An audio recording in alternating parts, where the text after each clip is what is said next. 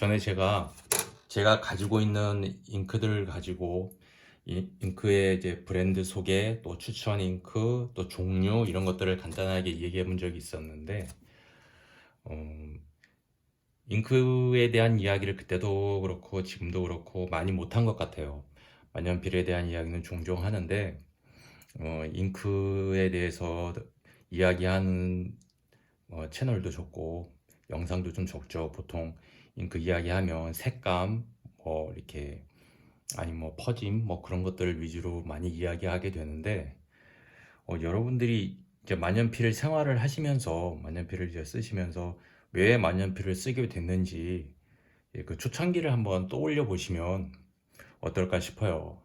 저 같은 경우에는 처음 만년필을 받았을 때 이제 한 10여 년 전으로 기억을 하는데 그때야 뭐 만년필에 잘 모르니까 몇 개 망가뜨리기도 하고 이제 그러면서 이제 또 잊고 살다가 나중에 또 거의 이제 나이가 많이 먹고 나서 그다음부터 이제 차츰 만년필에 대한 멋을 깨달으면서 이제 본격적으로 만년필을 많이 쓰게 된 것 같아요.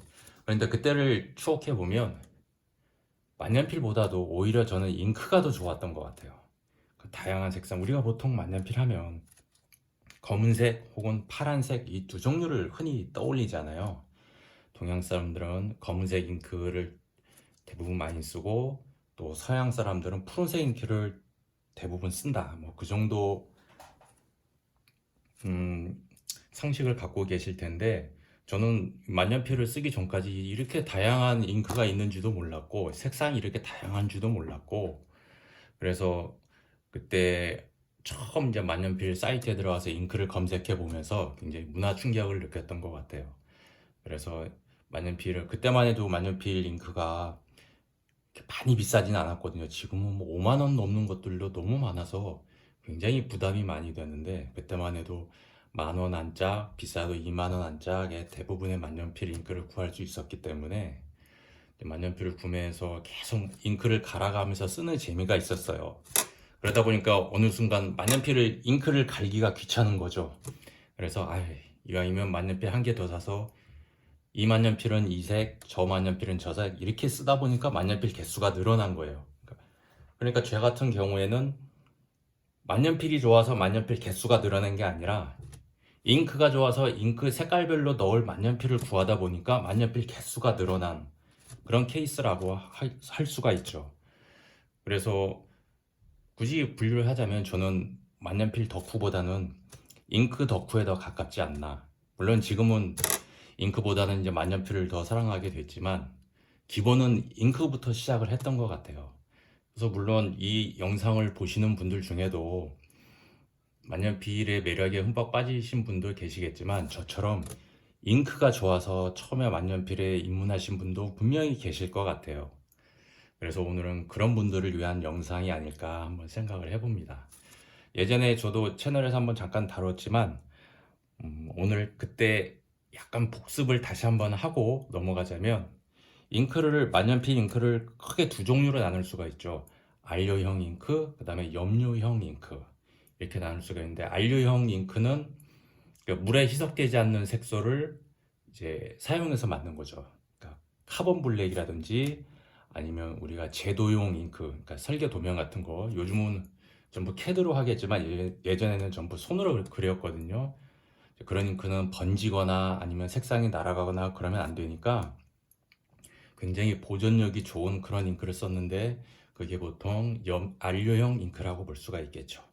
지금도 나옵니다. 만년필용으로도 나와요. 이제 플래티넘에서 카본 잉크 같은 것들, 그러니까 내수성을 내세우는 잉크들 있죠. 물에 번지지 않는 잉크들. 그런 것들은 전부 안료형 잉크라고 볼 수 있겠죠. 그 외에 대부분 우리가 이렇게 볼 수 있는 이런 잉크들은 전부 염료형 잉크라고 보면 됩니다. 그러니까 일반적인 만년필 잉크라고 할 수가 있겠죠. 그래서 염료를 물에 희석해서 사용하는 그런 잉크들. 그러니까 이제 닙의 부식성도 적을 테고 그런 잉크들이죠. 우리가 쓰기가 좋고 그러니까 대부분 색상도 선명하고 그 다음에 흐름도 좋고 쉽게 말해서 이제 피드가 막히지 않고 쓸 수 있는 잉크들. 그래서 이제 만년필에 굉장히 적합할 수가 있겠죠. 그래서 이 염료형 잉크를 다시 또 두 종류로 나누자면 또 석유 화합물계 잉크가 있고 천연 잉크가 있겠죠. 그래서 대표적인 걸로는 이렇게 디아민 잉크 아니면 제이허빈 잉크 이런 것들, 이런 잉크들은 이제 천연에서 재료를 얻은 잉크, 그러니까 굉장히 유서 깊고 보통 200년, 300년 된 영국이나 프랑스 회사, 영국 회사, 프랑스 회사, 예, 그런 잉크들이고, 대부분 이런 잉크 회사들의 출발점은 만년필이 아니라 당연히 옷을 염색하던 그런 염료를 만들던 회사에서 출발을 해서 현재는 만년필 잉크를 만들고 있는 그런 회사들이 되겠습니다. 그래서 거의 천연 성분, 회사에서 말하기로는 사람이 마셔도 인체에 무해하다라고까지 얘기를 하는 그런 잉크들이에요. 근데 실제로 뭐 마셔본 사람은 없지 않을까 싶어요. 회사 사장이라 그래도. 그만큼 자기들은 천연에서만 원료를 얻어서 만든다, 이제 그런 자랑이 될 수 있겠죠. 그 다음에 뭐 대부분의 우리들이 보는 뭐 이런 잉크들, 이로시즈쿠나 아니면 이런 몽블랑 잉크들, 대부분의 잉크들은 이제 석유 화합물에서 색소를 얻은 잉크들이라 볼 수 있겠죠. 가격도 싸고 발색도 좋고, 그 다음에 색도 선명하고, 그 다음에 부식이나 이런 것도 없이. 그래서 지금에 와서는 이 두 가지가 어느 쪽이 더 좋은 잉크다라고 말할 수는 없을 것 같아요. 왜냐하면 기술이 많이 발전했기 때문에 초창기하고는 좀 다를 수 있겠죠. 저 같은 경우는 만년필 개수가 많고 잉크가 많다 보니까 만년필에다가 어떤 만년필에 들어가는 잉크인지 이렇게 라벨을 붙여놨어요. 그러지 않으면 색상이 헷갈린 경우가 많아서 이렇게 해놓고 씁니다.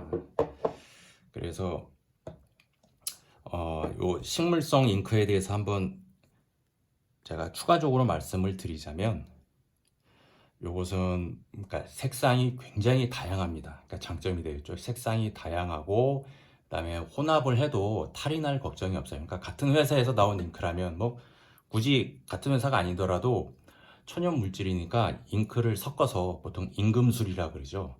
이제 나만의 색상을 만들고자 할 때 색상을 섞어도 별 탈이 나질 않아요. 그래서 이 만년필 회사에서 브랜드에서 내놓는 색상도 거의 100가지가 넘어요. 그러니까 이리 섞고 저리 섞고 해서 굉장히 이런 회사들이 만들기 힘든 아주 애매한 색깔들, 뭐 달의 먼지라든가, 그러니까 제이허빈의 달의 먼지 같은 경우에는 보라색과 회색이 곱게 섞인 아주 오묘한 색깔을 보여주죠. 그러니까 천연 잉크만의 뭐라 그럴까 특징인 것 같아요. 중간 색깔, 그러니까 요 색도 아니고 요 색도 아닌 아주 오묘한 색깔, 그런 재미가 있죠. 쓰는 재미가. 그 흐름도 굉장히 좋고요. 그 대신 물에는 좀 잘 번져요. 천연 잉크다 보니까 내수성이 약하고, 그 다음에 색상이 탈색도 좀 더 빨리 일어나죠. 물론 쓰고 몇 년 안에 뭐 색상을 못 알아볼 정도로 날아간다 그런 건 없지만, 만약에 이 문서는 굉장히 중요해서 수십 년 혹은 100년 이렇게 가야 한다라고 생각한다면, 이 천연 잉크보다는 펠리칸에서 나온 철 갈륨 잉크, 그런 것들 보존력이 굉장히 좋기로 유명하잖아요. 가격도 저렴하고. 그런 잉크들은 푸른색이지만 쓰면 점점점 진해지고, 나중에 푸른색이 날아가면 철 성분만 남아서, 그러니까 적색의 갈색의 철 성분이 글자 형태 그대로 남아있기 때문에 100년, 200년이 지난다 그래도 글자를 알아볼 수 있는 보존력이 굉장히 우수한 잉크들, 그런 잉크들을 쓰시는 게 좋겠죠. 근데 우리 인생에서 문서 보존용 잉크를 그렇게 써야 할 일이 있을까 싶어요. 요즘 같은 또 디지털 시대에는 더더욱 그런 것 같아요. 그래서 그런 거에 굳이 뭐 이렇게 보존력이 좋으니까 그런 게 더 좋은 잉크인가 봐, 그렇게 생각하지 마시고 색상에 따라서 또 흐름에 따라서 쓰시면 좋을 것 같아요. 이런 천연 잉크들은 흐름이 굉장히 좋기 때문에, 만약에 몽블랑 같이 원래 흐름이 좋은 만년필을 쓰시면 정말 잉크가 펑펑 쏟아진다는 느낌을 받으실 수 있어요. 그래서 그런 만년필에는, 그러니까 흐름이 좋기로 유명한 만년필에는 오히려 이런 잉크보다는 약간 흐름이 박한 그런 잉크를 쓰시는 것도, 에델슈타인 같이 흐름이 박한 잉크를 쓰셔서 내가 쓰기 좋은 농도, 흐름, 잉크량 그런 걸 조절해 가면서 그런 걸 찾는 것도 만년필 쓰는 생활의 재미인 것 같아요. 그래서 한번 만년필은 경험이기 때문에 여러 가지 경험도 해보시고 조합도 찾아보시고 종이, 만년필, 잉크 이 세 가지의 조합을 계속 실험해 보면서 찾아가는 재미 그런 걸 느껴보시는 게 좋을 것 같습니다. 그리고 또 한 가지 이야기를 해보자면 제가 전에 못한 얘기인데 만년필 잉크가 만들 때 여러분들은 요 안에 어떤 성분이 들어가 있을 것 같습니까? 대부분 그냥 물에다가 염료만 이렇게 녹여서 만들 것 같지만 실제로는 그렇지 않아요. 천연 잉크라도 마찬가지입니다. 왜냐하면 어떤 잉크든 마찬가지예요. 만약에 염료를 물에다 녹였다 그러면 가만히 놔두면은 중력에 의해서 가라앉겠죠. 그건 어쩔 수 없어요. 지금 자연이 하는 일이기 때문에 어떤 것이든 가만히 놔두면 가라앉아요. 근데 만년필 잉크 중에서 색소 성분이 가라앉은 잉크는 여러분이 보신 적이 없을 거예요. 아무리 오래 놔뒀다 그래도 그거는 어, 색소가 물과 그 다음에 잘 혼합이 돼서 가라앉지 않고 항상 그 농도를 유지하도록 하는 뭔가 알 수 없는 성분이 들어있다는 뜻이겠죠. 당연히 그랬을 거예요. 그러지 않고는 만년필 잉크의 역할을 제대로 못했을 거예요. 그래서 만년필 잉크는 대부분은 물이지만 당연히 대부분은 물이겠지만 그 다음에 색깔 표현을 위한 염료가 들어가고 그 다음에 그러니까 흐름이 좋다, 흐름이 박하다 할 때의 점도 있잖아요. 그 점도라는 게 우리가 손으로나 아니면 흔들어 봐서는 절대 느낄 수 없지만 만년필 피드를 통해서는 만년필의 흐름을 통해서는 점도가 느낄 수 있거든요. 그래서 점도 조정을 위한 글리세린이 좀 들어갑니다. 그리고 당연한 거지만 물에는 곰팡이가 생기죠. 여러분이 만년필 잉크를 한번 개봉을 해서 넣고 잊어버렸어요. 책상 서랍에 넣어뒀어. 10년이 지났어. 그래도 그 만년필 잉크가 그대로 있을까요? 그렇진 않아요. 그러니까 만년필 잉크를 못 쓰게 되는 중요한 이유 중 두 가지 하나는 증발이 있을 수 있고, 그러니까 이제 점점 줄어들어서 점점 진해지는 거죠. 그러니까 점성이 높아지겠죠. 수분이 줄어들었으니까 그런 경우가 있고, 두 번째는 곰팡이가 있습니다. 만년필 잉크도 곰팡이가 생겨요.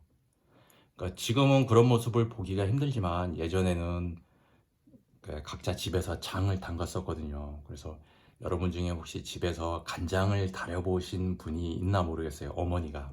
요즘은 이제 간장을 달이거나 고추장을 담글 수 있는 사람도 이제 젊은 사람 중에는 거의 없겠죠. 근데 저만 해도 어머니가 직접 간장을 담그시고 이렇게 고추장도 만드시고 된장도 만드시고 그랬거든요. 그런데 간장 독을 보면 세월이 지나면 이렇게 뚜껑을 열어보면 하얗게 곰팡이가 피어 있어요. 그러니까 된장처럼 피지는 않지만 얇은 막이 떠 있어요. 근데 그 곰팡이만 봐도 이 간장이 잘 된 건지 안 된 건지 알 수가 있어요. 왜냐면 그 염도에 따라서 곰팡이의 양도 다르고 색깔도 다르고 그래서 이 간장이 염도가 제대로 맞는지 너무 짠지 아니면 너무 싱거운지 그것도 알 수 있죠. 거기서 이제 그 집 장맛이 결정되는 거고 그 집 주부의 능력이 결정이 되는 거예요. 예전에는 그랬어요. 물론 요즘에는 여성의 능력이 장을 만드는 거에 달린 건 아니지만 예전에는 그랬다. 그래서 그 짠 간장에도 곰팡이가 피는데 잉크에 곰팡이가 안 필 리가 없잖아요. 그래서 곰팡이 피지 말라고 페놀이라는 방부제가 들어있어요. 소량이죠. 페놀 방부제가 들어있고 그 다음에 살균제도 첨가되어 있습니다. 그리고 당연히 만년필을 부식시키지 말라고 예전 빈티지 만년필에는 굉장히 산성이 강한 잉크가 많았기 때문에 만년필 이제 예전만 해도 에보나이트 같은 그런 만년필 고무로 된 그런 소재를 많이 썼잖아요. 또 합금 기술도 많이 떨어지고 그러니까 재료 자체가 요즘처럼 이렇게 굉장히 좋지를 않았기 때문에 산성이 강한 잉크들을 쓰면은 부식도 많이 됐어요. 고무 특히 이제 에보나이트나 아니면 잉크를 요즘처럼 넣지 않고 고무 튜브로 된 데 잉크를 넣어서 썼기 때문에 특히 그런 고무 이제 부속품들이 많이 산화가 됐죠. 근데 요즘은 그렇게 산화를 시키지 말라고 산화 조절제가 들어있어요. 그 다음에 마지막으로 유화제가 들어있죠. 유화제는 색소와 물을 골고루 섞어주는 역할. 아까처럼 중력에 의해서 색소가 가라앉지 않게 해주는 유화제가 들어있는데 그 유화제로 대부분 계면 활성제를 많이 씁니다. 계면활성제는 우리가 쉽게 생각하기에 세제예요. 세제를 쓰면 거품이 많이 나잖아요. 비누도 마찬가지고. 그 거품을 내주는 게 바로 계면활성제예요. 그러니까 기름과 물을 잘 섞이게 해주는 거죠. 이 잉크에는 간단하지만 그렇게 다양한 것들이 들어있고, 그 비율을 어떻게 섞느냐에 따라서 잉크의 품질이 천차만별이 되겠죠. 그 다음에 몇 단계의 공정을 거치느냐. 그래서 굉장히 간단한 한 병 같아도 이 속에는 많은 역사, 기술, 실험, 경험, 기타 등등 너무나 많은 것이 녹아있다. 그래서 만년필을 만드는 회사는 많아도 잉크를 직접 만드는 회사는 그렇게 많지 않아요. 잉크만 전문으로 또 만드는 회사들만 오히려 더 많을 정도로. 그러니까 잉크 만드는 게 쉬운 게 아니라는 거죠. 사람들 기호에 맞는 잉크를 만든다는 게 만년필만큼 힘든 것 같아요. 그래서 잉크 한 병에도 필기구의 역사가 녹아있다. 그렇게 생각하면 될 것 같아요. 그리고 잉크 중에서, 잉크를 쓰는 재미 중에서 하나 빠질 수 없는 게 때가 뜨는 잉크들이죠. 보통 잉크를 보시면 잉크 같은 경우에는 잉크 병목샷 그래가지고 많이들 쓰잖아요. 병목샷을 보면은 어떤 잉크는 적태가 뜨기도 하고 어떤 거는 금태가 뜨기도 하고 그런 잉크들이 있어요. 근데 적태가 뜨는 잉크를 대표적으로 보자면 디아민사에서 마제스틱 블루, 임페리얼 블루 이런 블루 잉크들도 적태가 뜨고요. 그 다음에 이런 이로시즈쿠에서 나온 송로, 월야, 그 다음에 셀러 젠틀 잉크 중에서 뭐 토키와 마츠, 그 다음에 의외로 파카 퀸크 파란색 블루 잉크도 적태가 뜹니다. 그런데 우리가 실제로 만년필을 쓰면서 그걸 느끼기는 쉽지 않죠. 왜냐하면 잉크가 다량으로 묻혔을 때 그게 뭉쳐서 퍼지면서 마르고 나면 적태가 테두리에 살짝 보이는 정도이기 때문에 우리가 만년필 필기 팁 끝에서 나오는 잉크의 양으로는 적태를 보기가 쉽지가 않아요. 그래서 대부분 잉크가 대용량으로 뿜어져 나오는 캘리그라피 같은 그런 것들을 해야 적태를 눈으로 확인할 수 있다. 실제로 우리가 만년필이나 뭐 그런 거를 이용해서 글씨를 쓰고 나서 적태를 보기란 정말 힘들다. 그렇게 생각하시면 될 것 같고, 그 다음에 금태가 뜨는 잉크들도 있죠. 뭐 대표적인 게 디아민사의 빌베리 같은 거, 또 이로시즈쿠의 홍역 이런 것들도 금태가 뜹니다. 역시 잉크가 굉장히 많이 사용됐을 때 볼 수 있다. 그래서 확인하고 싶으면 사서 병목을 찍어서 이렇게 확인해 보면 테두리에 이렇게 뜨는 걸 확인할 수 있어요. 그런 것들도 굉장히 아름답긴 한데 우리가 실제로 글씨에서 볼 수 없다는 게 조금 아쉽기는 하죠. 그 다음에 마지막으로 또 잉크 중에 재밌는 거는 금분이나 음분이 들어있는 잉크들이 있어요. 그러니까는 이렇게 대표적인 게 제이허빈에서 나온 한정판 잉크인데 이렇게 보면 금분이 있죠. 이렇게 보면 막 흔들면 금분이 잉크에 섞입니다. 그래서 잉크에 넣으면은 이제 잉크와 같이 금가루가 묻어져 있죠. 글씨에. 요거는 만년필로 써도 확인을 할 수가 있어요. 그런데 대부분 하는 얘기가 뭐냐면 금분이 들어간 잉크는 만년필에 쓰지 마세요 라고 얘기합니다. 왜냐면 피드가 막힐 우려가 있으니까 쓰지 말라고 이야기를 하는데, 저는 금분이 들어간 잉크는 두 가지 종류를 쓰는데 요것도 이렇게 보시면 금가루가 들어있죠. 요거는 푸른색의 금가루가 들어있는 잉크고, 벌써 이렇게 금가루가 가라앉았네요. 요거는 검은색의 금가루가 들어있는 잉크. 그러니까 진짜 순금 금가루는 아니에요. 금색깔이 나는 아주 미세한 분말인 거죠. 이렇게 피드를 막힐 수가 있으니까, 피드가 막힐 수 있으니까 쓰지 말라고 판매처에서도 이야기를 하는데 저는 그냥 상관없이 만년필에 씁니다. 그런데 지금까지 별로 문제를 일으킨 적은 없었어요. 왜냐면 흐름이 좋다고 생각하는 만년필에다가 쓰는데, 제가 이렇게 두 가지를 쓰는 이유는 아까 말했다시피 이렇게 요 두 가지 만년필을 위해서 요 두 잉크를 씁니다. 검은색의 금가루, 푸른색의 금가루. 그러니까 저는, 제가 취미 중에 하나가 만년필 색깔에 잉크 색깔을 맞춰요. 그러니까 이제 쓰고 싶은 잉크가 있으면 그 색깔과 잉크 색깔과 맞는 만년필의 몸통을 찾아요. 그래서 그 만년필을 삽니다. 그래서 그 잉크를 쓰죠. 그게 제 취미 중에 하나예요. 그래서 한번 써볼까요? 이 두 가지는 의외로 글씨를 써도 근분이나 음분은 선명하게 눈에 잘 들어옵니다.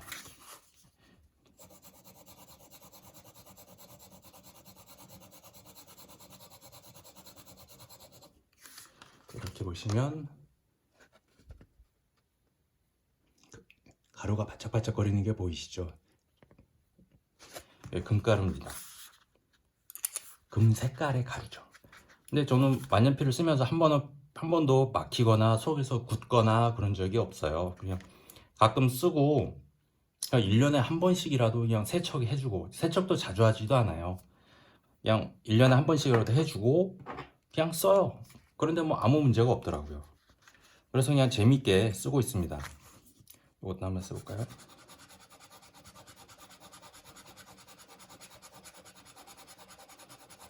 특히 크리스마스 카드나 생일 카드 아니면 사인할 일 있을 때 이런 펜으로 사인하면 참 재밌습니다. 금가루가 바짝바짝바짝 거리는 게 이렇게 보시면 생각보다 많이 반짝이죠.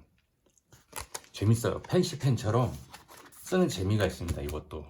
그래서 저는 굉장히 근분이 들어간 이런 펜, 잉크들도 굉장히 애용해요. 요 두 가지는 둘 다 제휴협인인데 병만 오마스 병이에요.